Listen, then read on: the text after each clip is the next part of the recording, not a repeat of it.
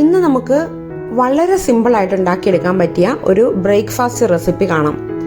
ഉരുളക്കിഴങ്ങ് വെച്ച് ഉണ്ടാക്കിയെടുക്കാൻ പറ്റിയ ഒരു പൂരിയുടെ റെസിപ്പിയാണ് കാണിക്കുന്നത്. എല്ലാവർക്കും എൻ്റെ പുതിയൊരു വീഡിയോയിലേക്ക് സ്വാഗതം. കഴിഞ്ഞ ദിവസം ഞാൻ അപ്ലോഡ് ചെയ്ത ഒരു ഫ്രൈഡ് കുൽച്ചയുടെ റെസിപ്പി ഉണ്ടായിരുന്നു. അതുപോലെ തന്നെ കറിയൊന്നും ഇല്ലാതെ തന്നെ നമുക്ക് നേരിട്ട് കഴിക്കാൻ പറ്റിയ ഒരു പൂരിയുടെ റെസിപ്പിയാണ് ഇന്നിവിടെ കാണിക്കുന്നത്. അപ്പോൾ നമുക്ക് നേരെ റെസിപ്പിയിലോട്ട് കിടക്കാം. ഈ പൂരി ഉണ്ടാക്കാൻ വേണ്ടിയിട്ടുള്ള മെയിൻ ഇൻഗ്രീഡിയൻ്റ് ആണ് ഉരുളക്കിഴങ്ങ്. ഉരുളക്കിഴങ്ങ് ഒന്നോടുകൂടി കുക്കറിലിട്ട് പുഴുങ്ങി തൊലി കളഞ്ഞ് എടുത്തു വെച്ചിരിക്കുന്നതാണ്. ഒരു 4 ഉരുളക്കിഴങ്ങ് ഇവിടെ എടുത്തു വെച്ചിട്ടുണ്ട്. അതൊന്ന് നല്ലതുപോലെ മാഷ് ചെയ്തെടുക്കാം. നല്ലതുപോലെ കട്ടകളൊന്നും ഇല്ലാതെ മാഷ് ചെയ്തെടുക്കണം. ഉരുളക്കിഴങ്ങ് എത്രത്തോളം ഈ പൂരിയിൽ ചേർത്ത് കൊടുക്കുന്നുണ്ടെന്നുള്ളത് ഞാൻ വഴിയെ കാണിച്ചു തരാം. ഈ പൂരിയുടെ മാവ് കുഴയ്ക്കാനായിട്ട് ഞാനിവിടെ ഒരു പാത്രം എടുത്തു വെച്ചിട്ടുണ്ട്. ഇതിലേക്ക് 2 കപ്പ് ഗോതമ്പ് പൊടിയാണ് ഞാൻ ചേർത്ത് കൊടുത്തിരിക്കുന്നത്. ഞാനിവിടെ ഗോതമ്പ് പൊടി കൊണ്ടാണ് ഉണ്ടാക്കുന്നത്. നിങ്ങൾക്ക് വേണമെങ്കിൽ 1 കപ്പ് ഗോതമ്പ് പൊടി 1 കപ്പ് മൈദ എടുക്കാം, അല്ലെങ്കിൽ മൈദ മാത്രമായിട്ടും ഉപയോഗിക്കാം. പക്ഷെ ഞാൻ ഗോതമ്പ് പൊടി വെച്ചിട്ടാണ് ഇവിടെ ചെയ്യുന്നത്. ഇനി ഇതിലേക്ക് പാകത്തിന് ഉപ്പുപൊടി ചേർത്ത് കൊടുക്കുക. ഏകദേശം 1 ടീസ്പൂണോളം ഉപ്പുപൊടി ചേർത്ത് കൊടുത്തിട്ടുണ്ട്.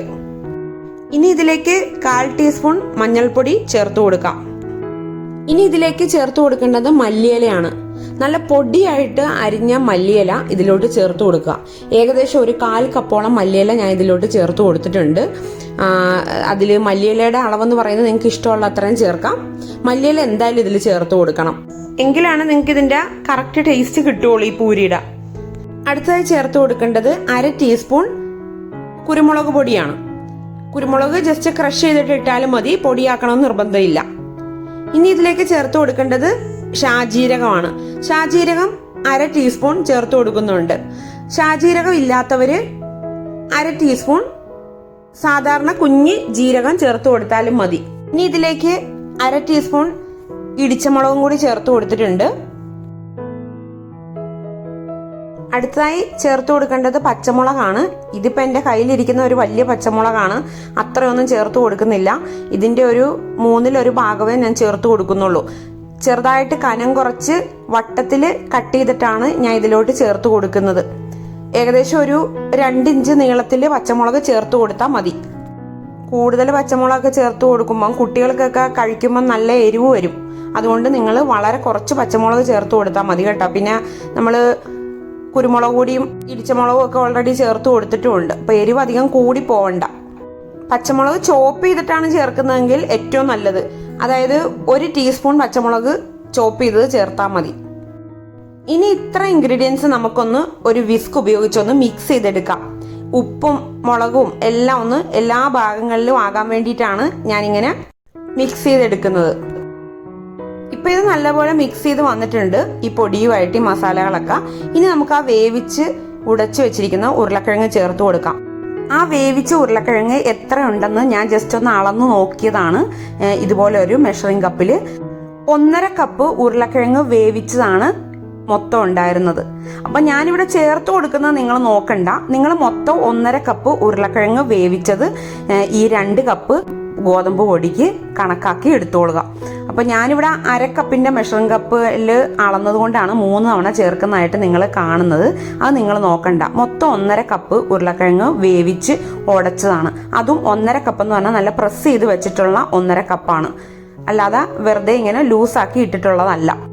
ആദ്യം ഞാൻ ഈ 1 കപ്പ് ഉരുളക്കിഴങ്ങ് വേവിച്ചത് ഈ പൊടിയിലോട്ട് ചേർത്ത് കൊടുത്ത് നല്ലതുപോലെ കൈകൊണ്ടൊന്ന് തിരുമ്മി കുഴച്ചതിന് ശേഷം ബാക്കി 1/2 കപ്പും കൂടി ചേർത്ത് കൊടുത്തു. അപ്പോൾ നല്ലപോലെ മിക്സ് ചെയ്തെടുക്കാൻ പറ്റി. ഉരുളക്കിഴങ്ങ് ഉടച്ചെടുക്കുമ്പോൾ ഒട്ടും കട്ടകൾ ഉണ്ടാവാൻ പാടില്ല. കട്ടകൾ ഉണ്ടെങ്കിൽ പൂരി പൊരിക്കുന്ന സമയത്ത് പൊങ്ങി വരാനൊക്കെ ബുദ്ധിമുട്ട് വരും. ഇപ്പൊ കൈകൊണ്ട് നല്ലപോലെ യോജിപ്പിച്ചിട്ടുണ്ട്. ഇനി ഇതിലേക്ക് നമുക്ക് വെള്ളം ചേർത്ത് കൊടുക്കാം. ഞാനിപ്പോൾ ഇവിടെ 1/2 കപ്പ് വെള്ളവും 2 ടേബിൾ സ്പൂൺ വെള്ളം എക്സ്ട്രയുമാണ് ചേർത്ത് കൊടുത്തിരിക്കുന്നത്. അതായത് 1/2 കപ്പ് പ്ലസ് 2 ടേബിൾ സ്പൂൺ വെള്ളം. അപ്പം ഞാൻ എടുത്ത ഈ ഗോതമ്പ് പൊടിക്ക് ഇത്രയും വെള്ളം കറക്റ്റ് ആയിരുന്നു. വെള്ളം ചേർത്ത് കൊടുക്കുമ്പോൾ എപ്പോഴും ഒരു കാര്യം ശ്രദ്ധിക്കണം, ഒന്നിച്ചെല്ലാം കൂടി ഒഴിച്ചു കൊടുക്കരുത്. കുറച്ച് കുറച്ച് വീതം തളിച്ചിട്ട് ഇങ്ങനെ കുഴച്ചെടുക്കുക. അപ്പോൾ ഉരുളക്കിഴങ്ങിൻ്റെ ആ വെള്ളമയവും കൂടി ഉള്ളതുകൊണ്ട് ഈ പറഞ്ഞ 1/2 കപ്പും 2 ടേബിൾ സ്പൂണും വെള്ളം ചേർത്ത് കൊടുത്തപ്പം കറക്റ്റ് ആയിരുന്നു. നിങ്ങൾ മൈദയോ അല്ലെങ്കിൽ ആട്ടയോ ഒക്കെയാണ് ഉപയോഗിക്കുന്നതെങ്കിൽ വെള്ളത്തിൻ്റെ അളവിന് കുറച്ച് മാറ്റം വരും. അപ്പോൾ അതുകൊണ്ട് നിങ്ങളൊരു ചപ്പാത്തിക്ക് കുഴയ്ക്കുന്ന ആ പരുവത്തിൽ ഇത് കുഴച്ചെടുക്കുക.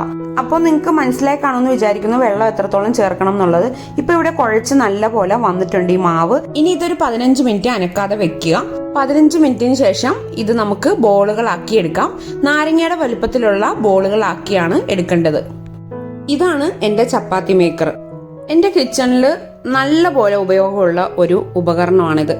പല വീടുകളിലും ഞാൻ കണ്ടിട്ടുണ്ട് ചപ്പാത്തി മേക്കർ മേടിച്ചിട്ട് ഉപയോഗിക്കാൻ അറിയാൻ പാടില്ലാതെ ഒരു സൈഡിൽ മാറ്റി വെച്ചിരിക്കുന്നത്. അപ്പോൾ എല്ലാവരുടെയും ഒരു ധാരണ ചപ്പാത്തി മേക്കർ എന്ന് പറയുന്നത് ചപ്പാത്തി മാത്രം ഉണ്ടാക്കാൻ ഉപയോഗിക്കുന്ന ഒരു ഉപകരണമാണെന്നാണ്.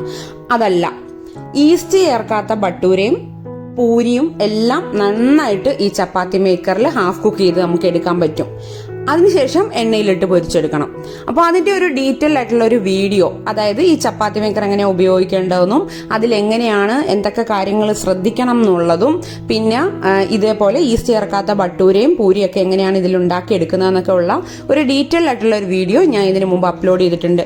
അതിൻ്റെ ലിങ്ക് ഇതിൻ്റെ ഡിസ്ക്രിപ്ഷൻ ബോക്സിൽ കൊടുക്കുന്നതായിരിക്കും. അത് നിങ്ങൾ കണ്ടു നോക്കി ഇനി ഈ ഉപകരണം മാറ്റി വയ്ക്കാതെ നിങ്ങൾ ഉപയോഗിച്ച് തുടങ്ങണം. അങ്ങനെ ആരെങ്കിലും ഒക്കെ ഉപയോഗിക്കാത്ത ചപ്പാത്തി മേക്കർ ഉപയോഗിച്ച് തുടങ്ങിയിട്ടുണ്ടെങ്കിൽ, ഈ വീഡിയോ ഒക്കെ കണ്ട് ഉപയോഗിച്ച് തുടങ്ങിയിട്ടുണ്ടെങ്കിൽ നിങ്ങളൊന്ന് കമന്റിലൂടെ അറിയിച്ചാൽ വളരെയധികം സന്തോഷമുള്ള ഒരു കാര്യമായിരിക്കും. ചപ്പാത്തി മേക്കർ ഇല്ലാത്തവര് സാധാരണ പൂരി പൊരിക്കുന്ന പോലെ പ്രസ് പാനിൽ പ്രസ് ചെയ്തിട്ട് എണ്ണയിലിട്ട് പൊരിച്ചെടുത്താലും മതി. ബോളുകളൊക്കെ ഇവിടെ റെഡി ആയിട്ടുണ്ട്. ഇനി ചപ്പാത്തി മേക്കർ പ്ലഗ് ചെയ്തിട്ടിട്ടുണ്ട്. അത് നല്ലപോലെ ചൂടാവുമ്പോൾ ഇതിലുള്ള ഒരു റെഡ് ലൈറ്റ് ഓഫ് ആകും. ആ സമയത്ത് നമ്മളൊരു ബോൾ എടുത്ത് കൈകൊണ്ട് ജസ്റ്റ് ഒന്ന് പ്രസ് ചെയ്യുക. പ്രസ് ചെയ്തിട്ട് വേണം ചപ്പാത്തി മേക്കറിന്റെ കോർണറിലോട്ട് വെക്കാൻ. നടുക്കോട്ട് വെച്ചിട്ടല്ല നമ്മൾ ചപ്പാത്തി മേക്കർ പ്രസ് ചെയ്തെടുക്കുന്നത്. അതുപോലെ തന്നെ നമ്മൾ പ്രസ് പാനിൽ പ്രസ് ചെയ്യുന്ന പോലെ ഭയങ്കര ശക്തിയിൽ പ്രസ് ചെയ്ത് കൊടുക്കണ്ട. അപ്പോൾ ഇത് കീറിപ്പോവും. പതുക്കെ പ്രസ് ചെയ്ത് കൊടുത്താൽ മതി. പ്രസ് ചെയ്ത് കൊടുത്തതിന് ശേഷം ഇത് ഒരു 30 സെക്കൻഡ് അതിൽ തന്നെ വെക്കുക. അപ്പോൾ ഒന്ന് ഹാഫ് കുക്ക് ചെയ്ത പോലെ വരും. ഇങ്ങനെ ഹാഫ് കുക്ക് ചെയ്ത് വന്നിരിക്കുന്ന ഈ പൂരി നമുക്കിനി തിളച്ച എണ്ണയിലോട്ടിട്ട് പൊരിച്ചെടുക്കാം. അത് സാധാ പൂരി പൊരിക്കുന്ന പോലെ തന്നെയാണ്. പൂരി എണ്ണയിലോട്ട് ഇട്ട ഉടനെ തന്നെ നമ്മളൊരു തവി വെച്ചിട്ട് ഇതേപോലെ ഒന്ന് കോരി ഒഴിക്കണം തിളച്ച എണ്ണ. എന്നിട്ട് ഉടനെ തന്നെ മറിച്ചിടുക. എന്നിട്ട് നമുക്ക് കോരിയെടുക്കാം. ഈ പൊട്ടറ്റോ മാഷ് ചെയ്യുന്നത് നല്ലപോലെ മാഷ് ചെയ്തില്ലെങ്കിൽ ഫുള്ളായിട്ടൊന്നും പൊങ്ങി വരില്ല കേട്ടോ. അതുകൊണ്ട് നല്ലപോലെ മാഷ് ചെയ്തെടുക്കണം. ഇപ്പൊ ഇവിടെ നല്ലപോലെ വീർത്ത് വന്നിട്ടുണ്ട് ഈ പൂരി. അതുപോലെ തന്നെ പച്ചമുളക് ആണെങ്കിലും നല്ല പൊടിയായിട്ട് കട്ട് ചെയ്തിട്ട് വേണം ഇതിൽ ചേർത്ത് കൊടുക്കാനായിട്ട്. മല്ലിയിലയുടെ ഇലകൾ മാത്രം ചേർത്ത് കൊടുക്കുക, തണ്ടൊന്നും ഒട്ടും വരണ്ട. അപ്പോൾ അങ്ങനെയുള്ള സംഭവങ്ങളൊക്കെ വരുമ്പോഴാണ് ഇത് കംപ്ലീറ്റ് ആയിട്ട് പൊങ്ങി കൊമള പോലെ വീർത്ത് വരാത്തത്. കൊമള പോലെ വീർത്ത് വന്നില്ലേലും ടേസ്റ്റിന് യാതൊരു കുറവും ഉണ്ടാവില്ല. കഴിഞ്ഞ ദിവസം ഞാനൊരു ഫ്രൈഡ് കുൽച്ചയുടെ റെസിപ്പി അപ്ലോഡ് ചെയ്തിട്ടുണ്ടായിരുന്നു. കുറേ പേര് ഉണ്ടാക്കി നോക്കിയിട്ട് വളരെയധികം പോസിറ്റീവ് ഫീഡ്ബാക്ക് കിട്ടിയിട്ടുള്ള ഒരു റെസിപ്പിയാണ്. ബ്രേക്ക്ഫാസ്റ്റിന് കറി പോലും ഇല്ലാതെ കഴിക്കാൻ പറ്റിയ ഒരു ഫ്രൈഡ് കുൽച്ചയുടെ റെസിപ്പിയാണ്. അപ്പോൾ അത് എല്ലാവരും ഒന്ന് ട്രൈ ചെയ്ത് നോക്കുക. അതേപോലെ തന്നെ ഉള്ള ഒരു റെസിപ്പിയാണ് ഇപ്പം ഈ ആലു പൂരിയുടെ റെസിപ്പി. ഈസി ആയിട്ട് നമുക്ക് ഉണ്ടാക്കിയെടുക്കാൻ പറ്റിയ റെസിപ്പീസാണ് ഇതൊക്കെ. നല്ല ടേസ്റ്റി ആയിട്ടുള്ള ഒരു റെസിപ്പിയാണ് ഞാൻ ഇന്ന് ഇവിടെ നിങ്ങൾക്ക് വേണ്ടി കാണിച്ചു തന്നിരിക്കുന്നത്. എല്ലാവരും ഒന്ന് ഉണ്ടാക്കി നോക്കി അഭിപ്രായങ്ങൾ കമന്റിലൂടെ അറിയിക്കുക. ഈ വീഡിയോ നിങ്ങൾക്ക് ഇഷ്ടപ്പെട്ടെങ്കിൽ ലൈക്ക് ചെയ്യുക, ഷെയർ ചെയ്യുക, ചാനൽ സബ്സ്ക്രൈബ് ചെയ്യുക. സബ്സ്ക്രൈബ് ബട്ടനോടൊപ്പം തന്നെ തൊട്ടടുത്തൊരു ബെല്ലൈക്കൺ കാണാൻ പറ്റും. അതിൽ ക്ലിക്ക് ചെയ്ത് ഓൾ എന്ന് പറഞ്ഞ ഓപ്ഷൻ ഇനേബിൾ ചെയ്തിട്ടാലേ ഞാൻ അപ്ലോഡ് ചെയ്യുന്ന എല്ലാ വീഡിയോസിന്റെ നോട്ടിഫിക്കേഷൻസ് നിങ്ങൾക്ക് ലഭിക്കുകയുള്ളൂ. നിങ്ങൾക്ക് എന്തെങ്കിലുമൊക്കെ റെസിപ്പീസ് പുതിയതായിട്ടൊക്കെ കാണണം എന്നൊക്കെ ഉണ്ടെങ്കിൽ ഒന്ന് ജസ്റ്റ് കമന്റ് ചെയ്യുക. മറ്റൊരു നല്ല റെസിപ്പിയായിട്ട് ഞാൻ അടുത്ത ദിവസം വരുന്നതായിരിക്കും. Thank you. ബൈ.